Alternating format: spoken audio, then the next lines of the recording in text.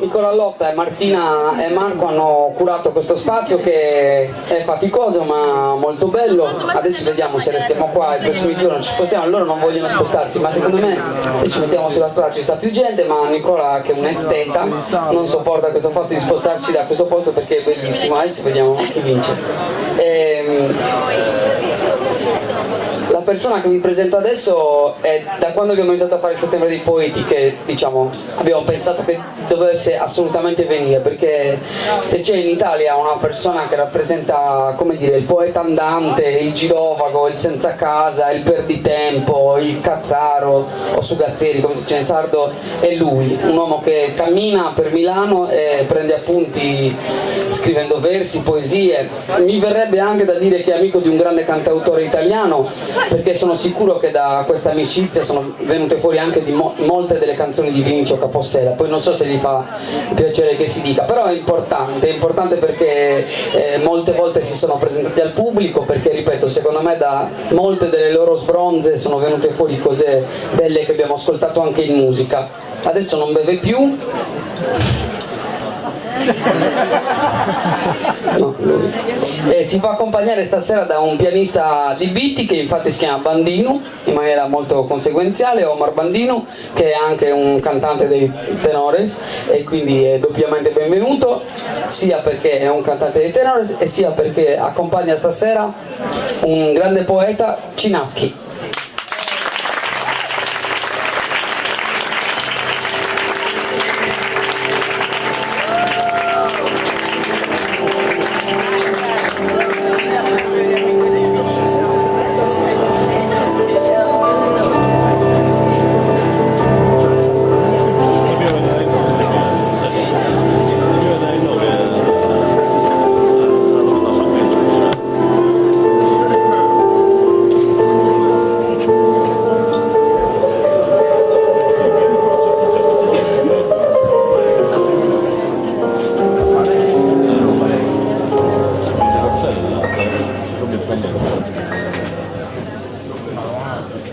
Buonanotte a tutti.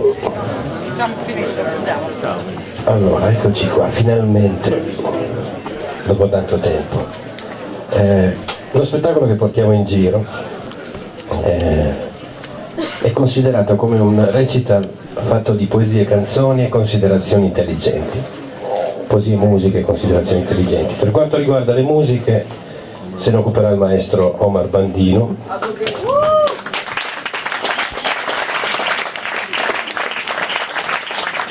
Per quanto riguarda le poesie me ne occuperò io.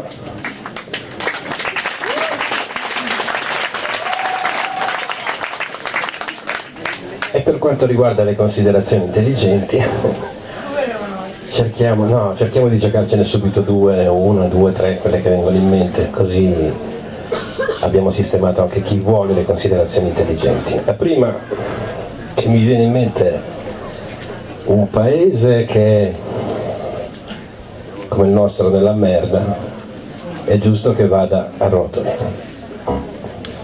È arrivata, non è arrivata questa? Allora ne facciamo un'altra. I politici sono un po' come i pannolini, vanno cambiati spesso per lo stesso motivo.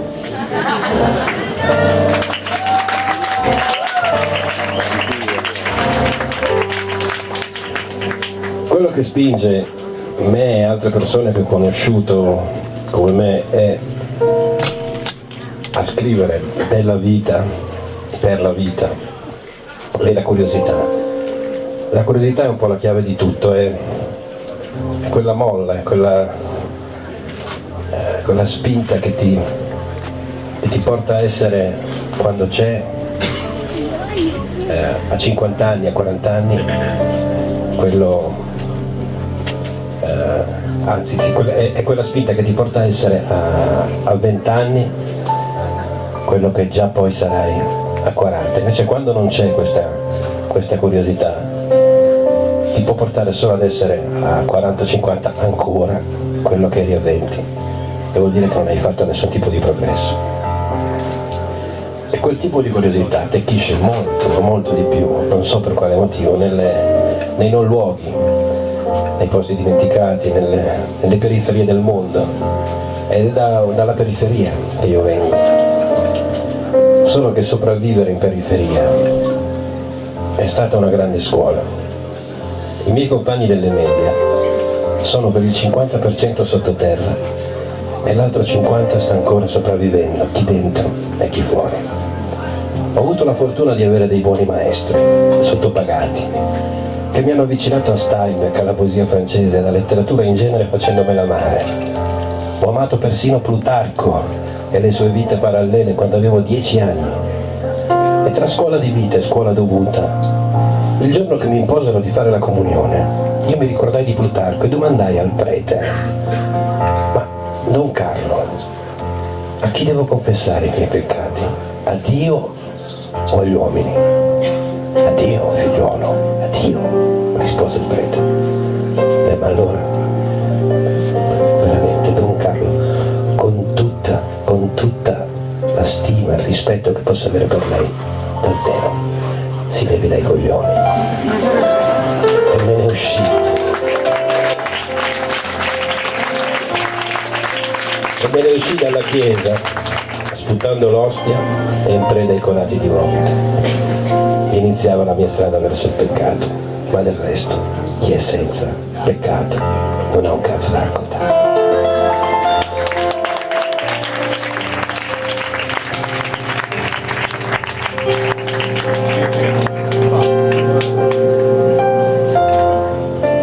Quindi sono nato, come tutti, con l'idea che la mia vita sarebbe stato un percorso difficile, un lavoro di costruzione e modellamento. Sono nato in una città che si nutre di solitudini e disperazione, Milano. Cercare di capire come si diventa grandi a Milano è come cercare di capire come si diventa biondi a Copenaghen. Non esistono ragioni, lo si diventa.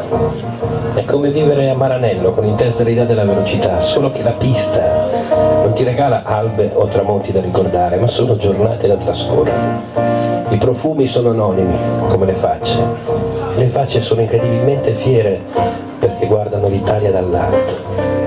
Ma allora, come dovrebbero essere a Bolzano, anche se è vero che li guardano la Germania dal basso. Provare a scoprire la propria città, intraprendere questo viaggio, è un lavoro ignobile, perché la città sei tu che la vesti, che gli dai voce, che la profumi o la impesti. La città è quello che siamo e chi ha voglia, ma soprattutto il coraggio di scoprire se stesso, correndo il rischio di non piacersi.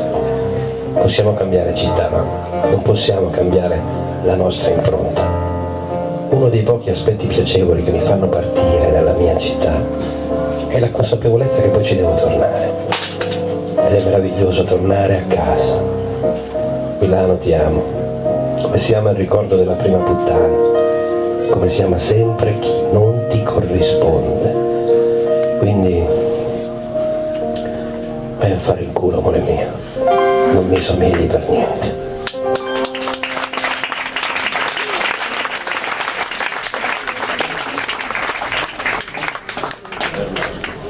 Tra i tanti riferimenti letterari che ho avuto e che ho nella vita, ad alcuni ho voluto dedicare anche degli scritti, e a due in particolare in questo libro ne ho voluto dedicare uno, dal titolo Annoiato.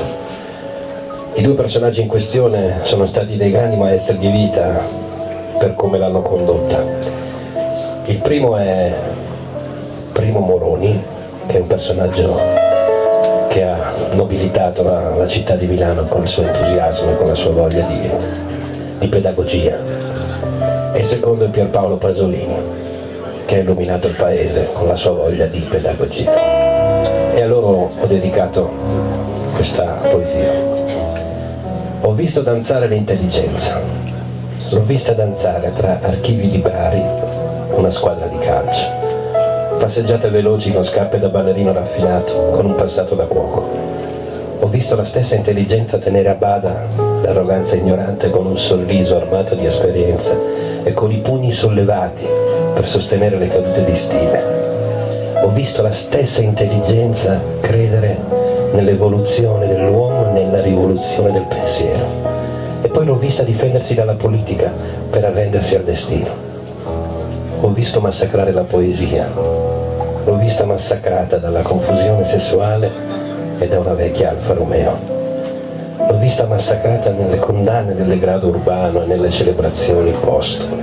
Ho visto la stessa poesia comprendere dov'era casa sua e dov'era il domicilio. L'ho vista tremare di fronte alla paura dell'appiattimento culturale. L'ho vista massacrare attraverso le lacrime di un paese che non l'ha saputa difendere. E poi l'ho vista sorridere al proprio destino. Ho visto un telegiornale. Oggi mi sono rotti i coglioni.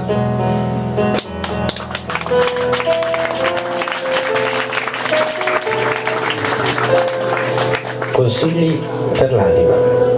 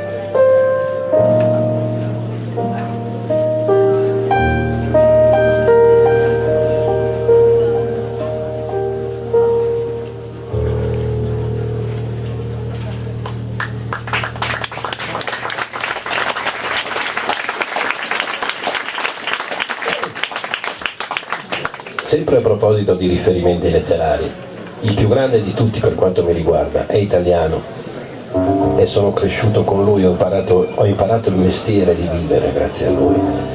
E si tratta proprio di Cesare Pavese. È il libro di cui mi sono nutrito sin da quando ero ragazzino, è proprio il mestiere di vivere. Ci sono dei passaggi in quel libro, oltre che molto penetranti, profondi e incisivi, che ti squartano. Ci sono anche dei passaggi che sono molto leggeri apparentemente, che però educano ugualmente. Uno di questi passaggi recitava così: una donna che non sia stupida, quando incontra un uomo ridotto ad un rottame, per uno strano istinto materno si presume di salvarlo e ogni tanto ci riesce. Ma una donna che non sia stupida, quando incontra un uomo sano, vigoroso, bello, sexy, lo riduce ad un rottame e ci riesce sempre. Dedico questa poesia a tutte quelle donne che hanno contribuito a ridurci a dei rottami e a quelle poche che hanno contribuito a salvarci per ora. L'idea della sopravvivenza è solo un'idea. Fare poesia è come fare l'amore, non saprai mai se la tua gioia è condivisa. Nell'eterno conflitto tra uomo e vita vince la morte dei sentimenti, delle idee, dei passi felpati perché la paura ti costringe a ridere come un gatto e a vivere come un matto. L'onore delle armi non ha senso se hai vissuto in disarmo e disarmato. Il sorriso è l'unica cosa che conta e la tristezza lo rende nobile, come una corsa sugli autoscontri. La giostra ha il sapore della nostalgia e il ricordo profuma di alba e lavanda, come le tue mutande appese allo stendino, e pensi che il cielo di Milano abbia il senso dell'umorismo. Quel ramo del lago di Como non saprà mai di quale albero è figlio, e il figlio del tempo non saprà mai quale destino è padre. L'idea di paternità è solo un'idea di sopravvivenza, e l'idea della sopravvivenza è solo l'idea.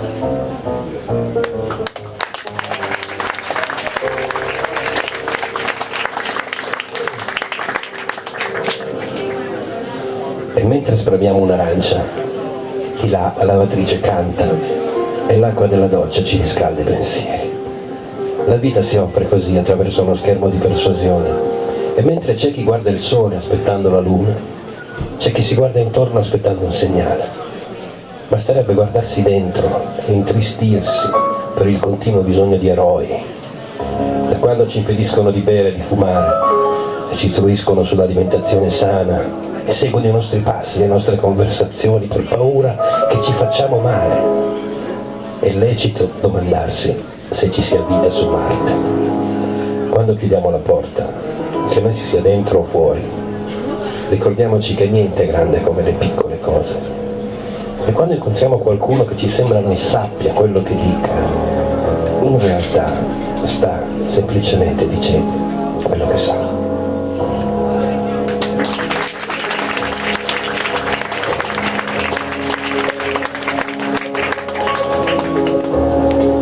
Vorrei provare a fare un discorso serio adesso, però è necessaria una premessa che sembri un po' una cazzata. La premessa è questa: io sono sempre stato affascinato dalle morti particolari, dalle morti strane, e di conseguenza anche dagli epitaffi particolari, dagli epitaffi strani che testimoniavano una vita particolare oltre che una morte particolare. Per esempio, uno dei locali più belli di Milano è il cimitero monumentale. Se vi capita di passeggiare per il cimitero monumentale di Milano, vi potrebbe capitare di incappare in una lapide che recita così: non preoccupatevi, è solo sonno arretrato. È la lapide di Walter Chiari.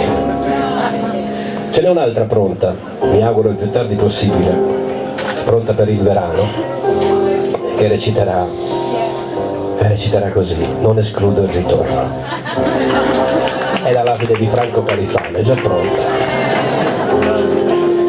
Un po' per invidia, un po' per emulazione ho voluto pensare anch'io a una lapide, e oltre alla cosa più classica, che ormai è scontatissima, che ve l'avevo detto che stavo male, ho voluto pensare a altre soluzioni un po' più esoteriche, più spirituali, Una mi aveva attratto in particolare, ed era: poi vi racconto,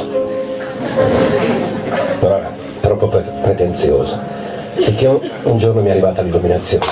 Immaginatevi una giornata di sole, di quelle in cui fa caldo come oggi.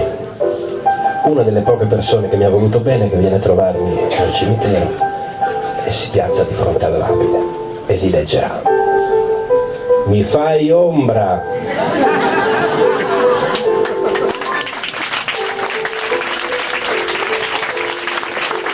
Questa mi rispecchia di più. Però poi, parlando a fondo con mia moglie, con altre persone che mi sono state vicine, che mi sono vicine, ho deciso in ultima analisi di farmi cremare, perché sia in un modo che nell'altro, cioè sia che mi sia andata bene o che mi sia andata male, si potrà dire un domani che sono stato un talento bruciato.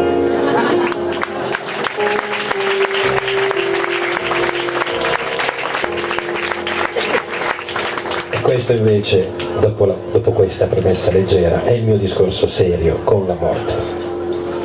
Prego, maestro. Non sei stata tu a uccidermi e a chiudermi gli occhi. Non mi hai mai illuso, forse deluso. Non mi hai mai fatto paura, ma forse mi hai tolto il coraggio. Non hai mai riempito il mio piatto, solo il mio bicchiere. Non sei stata tu a trasformare la mia rabbia in preghiera. Non sei stata tu l'ombra che vedeva nei miei incubi, e non sei tu il dolore che ha riempito i miei pugni, non sei tu il vento che mi ha portato via il mantello, e non sei tu la fortuna che ha condiviso la mia cecità, non sei certo tu il profumo della disperazione di pane caldo che ho sentito per la strada, non sei stata tu ad armare la folla, ma è stata la folla a scortarti, armata da ideali d'osteria.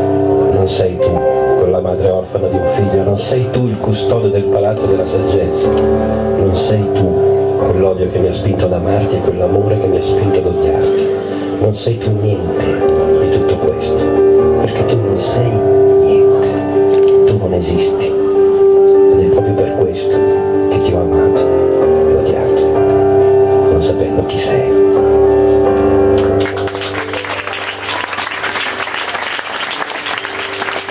Consigli per l'anima.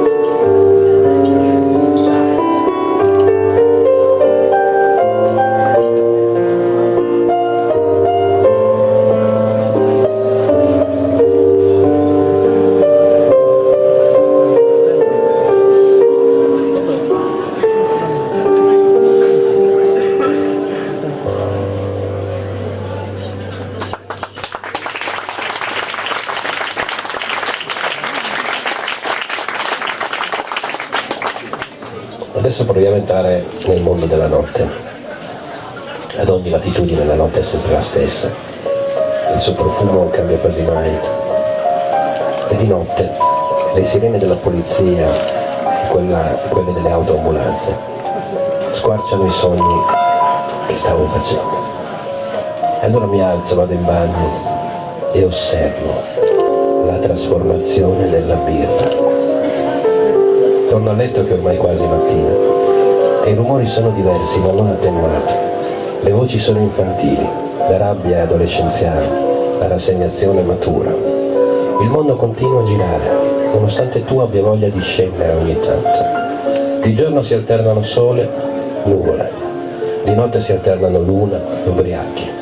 Nel mio letto si alternano sogni e incubi, birra e martello. Riesco ancora a uscire di casa senza un motivo e trovo sempre un motivo per cui è meglio tornarci. E allora mi siedo e resto seduto.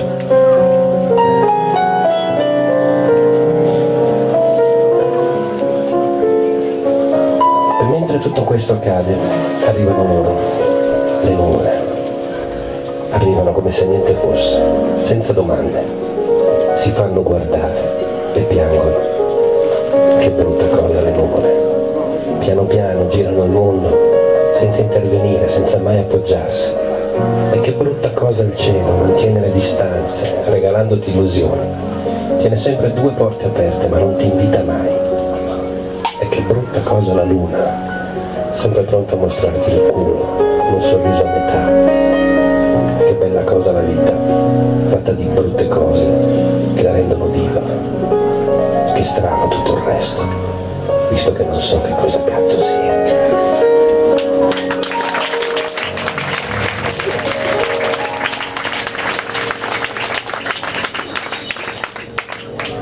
Ma la notte è fatta anche di alterazioni e di rientri alterati.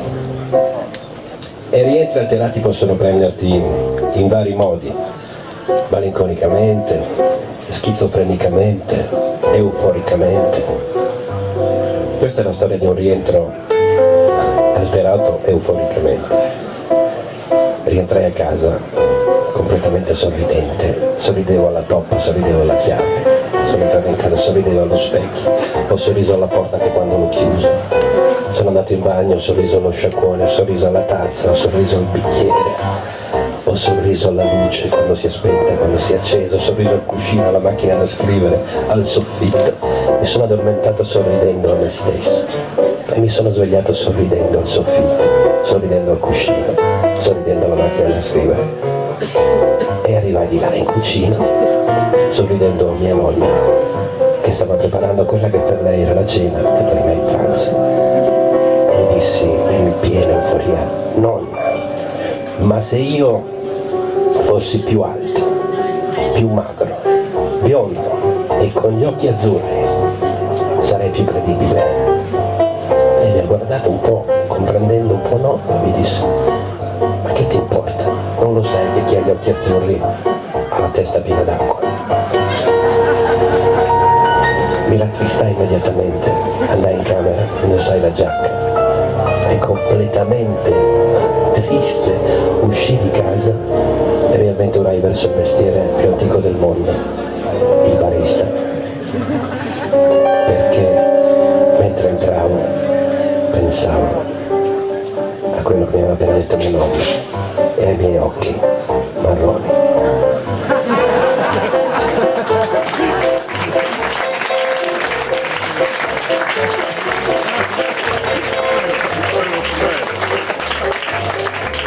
Solo che al bar c'è chi beve e si vanta della propria ubriachezza. Poi c'è chi si ubriaca e si vergogna dei propri sentimenti. C'è chi osserva tutto questo e lo sopporta solo bevendo. Un bicchiere è un'arma micidiale quando lo appoggi vicino al cuore. La vita va corretta, va corretta. È troppo difficile buttarla giù liscia. Il bar non ti regala ricordi, ma i ricordi ti portano sempre al bar.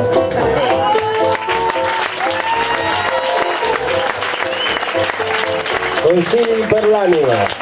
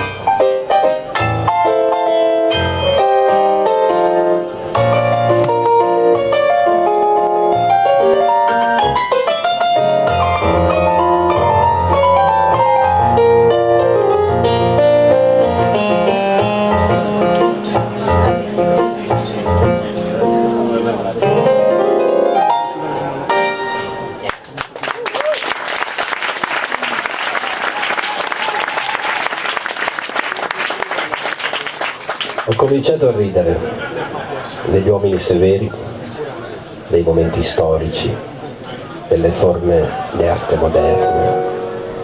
Ho cominciato a ridere dei pacchi sorprese, dei campi di pallone, della miseria e della nobiltà. Ho cominciato a ridere delle vigne di Barolo, del profumo delle rotaie, dell'odore dei vagoni.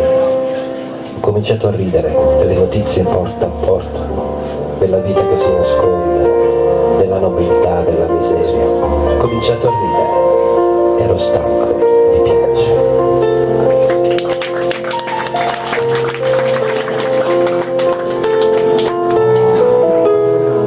Qualche notte fa sono uscito di casa con il petto gonfio. Aspettavo che l'asfalto mi sfidasse per raccogliere la sfida e nascondermi dentro un bar. Avevo stampato in faccia il sorriso degli eroi, il sorriso della sconfitta. E dal cielo piovevano immagini e canzoni che rimbalzavano sulla strada e si andavano a nascondere tra le mie gambe. Ero Dio, potevo scegliere come e dove, ma avevo terrore del quando. Volevo tatuarmi sull'avambraccio una rosa, ma avevo già 45 anni e le rose tatuate sono roba da giovane. Continuava a piovere musica e quando mi cadde in testa l'adagio di Albinoni decisi di prendere io l'iniziativa, di sfidare io l'asfalto. Mi avvicinai ad un lampione spento e cominciai a pisciare sul marciapiede e insieme alla piscia scorreva giù dal marciapiede anche tutto il mio coraggio.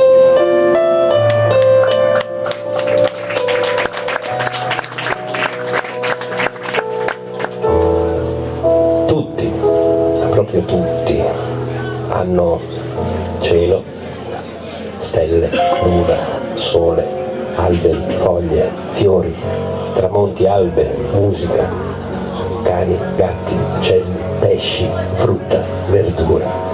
Tutti hanno sete, fame, paura, coraggio, gioia, dolore, rimorso, speranza, fiducia, rabbia, sonno, bontà, cattiveria. Tutti hanno bollette scadute, cadaveri nell'armadio, scarpe sporche, capelli in disordine, bocca amara, marzo in attesa. Tutti hanno una storia da raccontare, tutti hanno la propria storia da raccontare, tutti hanno la storia della propria vita da raccontare. Tutti hanno ragione, tutti hanno torto. Tutti hanno la giusta considerazione di se stessi e delle proprie azioni e delle probabilità che qualunque cosa tu faccia o dica sia ininfluente rispetto al naturale corso delle cose e della vita. Tutti, ma non tutti, siamo uguali.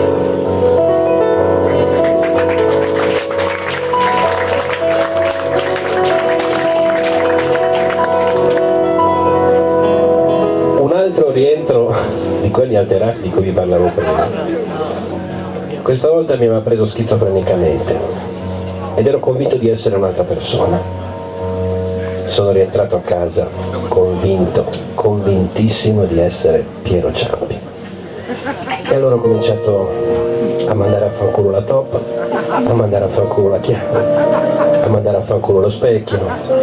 Sono andato in bagno, ho mandato a fanculo la tazza, ho mandato a fanculo lo sciacquone, ho mandato a fanculo pure il bicchiere, sono andato in camera, ho mandato a fanculo la macchina da scrivere, ho mandato a fanculo il cuscino, ho mandato a fanculo la televisione, mi sono addormentato, ho mandato a fanculo il soffitto e ho mandato a fanculo anche me stesso. Però prima di addormentarmi mi sono rialzato, sono andato alla macchina da scrivere dopo averla mandata a fanculo per la quarta volta e ho cominciato a scrivere qualcosa, a battere, mandando a fanculo anche i tasti. Una volta scritto quello che dovevo scrivere, mi sono avvicinato al letto e mi sono addormentato. Al mattino mi sono svegliato, ho mandato a fanculo il soffitto, mi sono avvicinato alla macchina da scrivere e ho guardato quello che c'era scritto. Bello, sembra proprio una poesia di Piero Ciampi. Chissà quando l'ha scritta e dove l'ho copiata. Ci ho piegato mezz'ora per capire che l'avevo scritta io e un'altra mezz'ora per mandarmi a fanculo. Questa poesia quindi, che è il prodotto di quella notte, è dedicata ovviamente a Piero Ciampi. Si intitola Oggi. Domani cancellerò le mie impronte dalla strada che mi ha portato a te. Butterò giù l'amore amaro che ha reso dolce le salite. Ruberò il tempo al desiderio e manderò in esilio la ragione. Domani riempirò le mani di sudore e costruirò il rifugio dei sentimenti. Prenderò a calci l'estate e regalerò un cappotto all'inverno. Mi sdraierò su di un letto di fiori finti e farò l'amore con la verità. Domani mi farò benedire dalla fortuna cavalcando un panettone di cemento.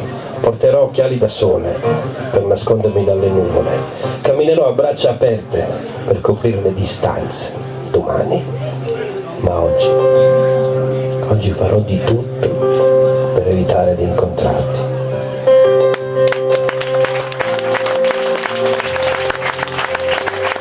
Consigli per l'anima.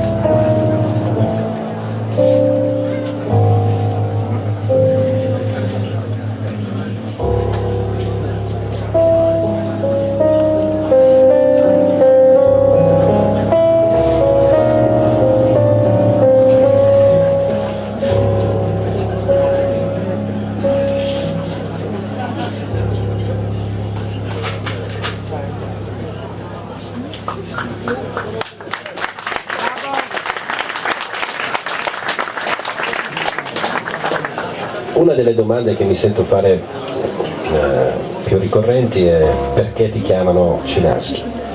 È una storia lunga, risale a quando avevo 15 anni, quindi più di 30 anni fa. È nato tutto una mattina entrando per caso in un cinema e dopo il cinema in una libreria. E questa è un po' la storia di quella giornata in libreria. Milioni di parole che aspettano la fame di occhi sputati dentro i ricordi altrui. Mi lascio alle spalle le porte di un cinema che mi ha regalato le chiavi di una porta sconosciuta. Mi nutro di giocatori perduti, stagioni all'inferno, case in collina e testamenti lasciati sulla strada, ormai da qualche tempo. Le labbra dorate di una cassiera mi ricordano il pieno possesso della mia gioventù e la distanza che mi separa dalla vita che vorrei raccontare. La rabbia non è ancora appesa al chiodo e la curiosità si insinua come analgesico. Ecco la chiave. Era dentro il cinema, dentro il film. Le storie di ordinaria quotidianità valgono per quello che valgono.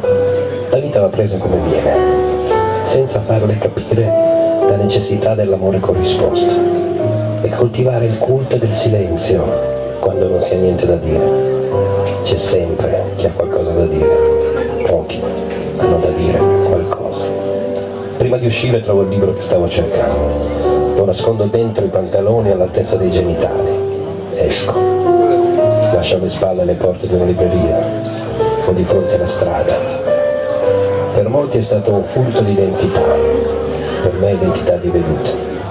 La vita va presa come viene e la mia ha avuto lo stesso identico maledetto mandante.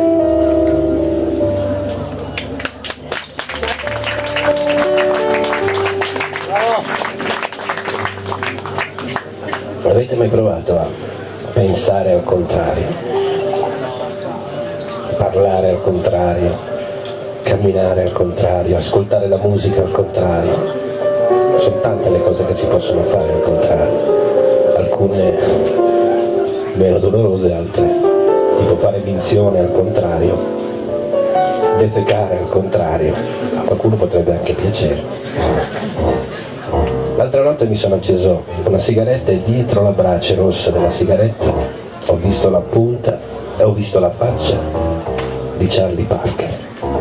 E allora ho cominciato a pensare al contrario, al suo sassofono e ai cattivi maestri, alle onde che arrivavano fino alla strada, ai fagioli con tonno e maionese, a 2 uova sbattute prima di correre per 10 km e arrivare 64esimo.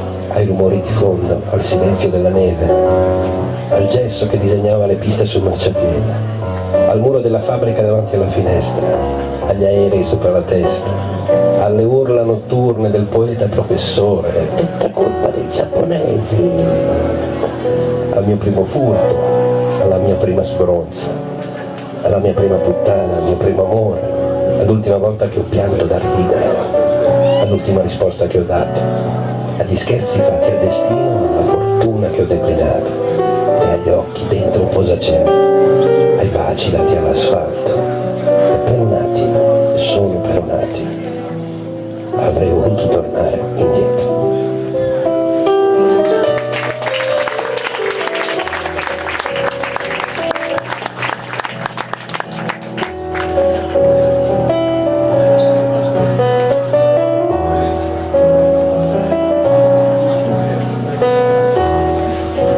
Immaginate un locale,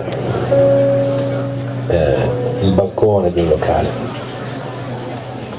i miei primi reading dal vivo, le mie prime letture dal vivo,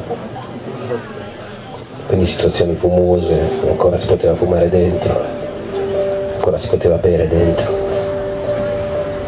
Finisco di fare la lettura e al bancone vengo avvicinato. Non ero molto accomodante all'epoca, però questo è un resoconto molto più edulcorato. Mancava un quarto alle 3, quando gli occhi si posarono sul pavimento i miei e le mani cercavano di aprire uno spiraglio di luce. Uno dei due sapeva cosa passava nella testa dell'altro. Nella mia stava passando un treno accelerato dall'inferno della passione. Dopo i complimenti di rito e lo scambio gratuito di sorrisi perduti, io mi alzai scegliendo di non cadere. Volevo andare a letto, anche da solo. E quando mi sentì dire "Perché ti riduci così?", andai a letto da solo. Il mattino dopo, nella mia testa, passava un treno rallentato dalla malinconia.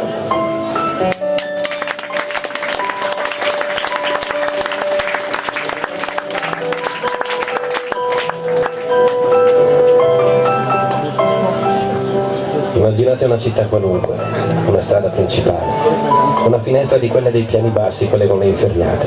Dentro, una donna dai capelli imbiancati dall'abitudine, intenta a stirare maglie, camicie, mutande, per un uomo che tornerà a casa, probabilmente imbestiato dalla birra. Sul fuoco una compagnia, una pentola, che borbotta l'odore di un cavolfiore da ormai più di un'ora. Un uomo cammina di fretta e incrociando la finestra pensa alla sfortuna di quella donna. Un secondo uomo cammina pensoso e incrociando la finestra pensa alla puzza del cavolfiore. Il terzo uomo passeggia come se non avesse un cazzo da fare. Incrociando la finestra si ferma, guarda dentro, spinto dalla curiosità e dalla fame di vita. Tira fuori un taccuino, riprende a passeggiare come se non avesse un cazzo da fare e scrive questa poesia. Consigli per l'anima.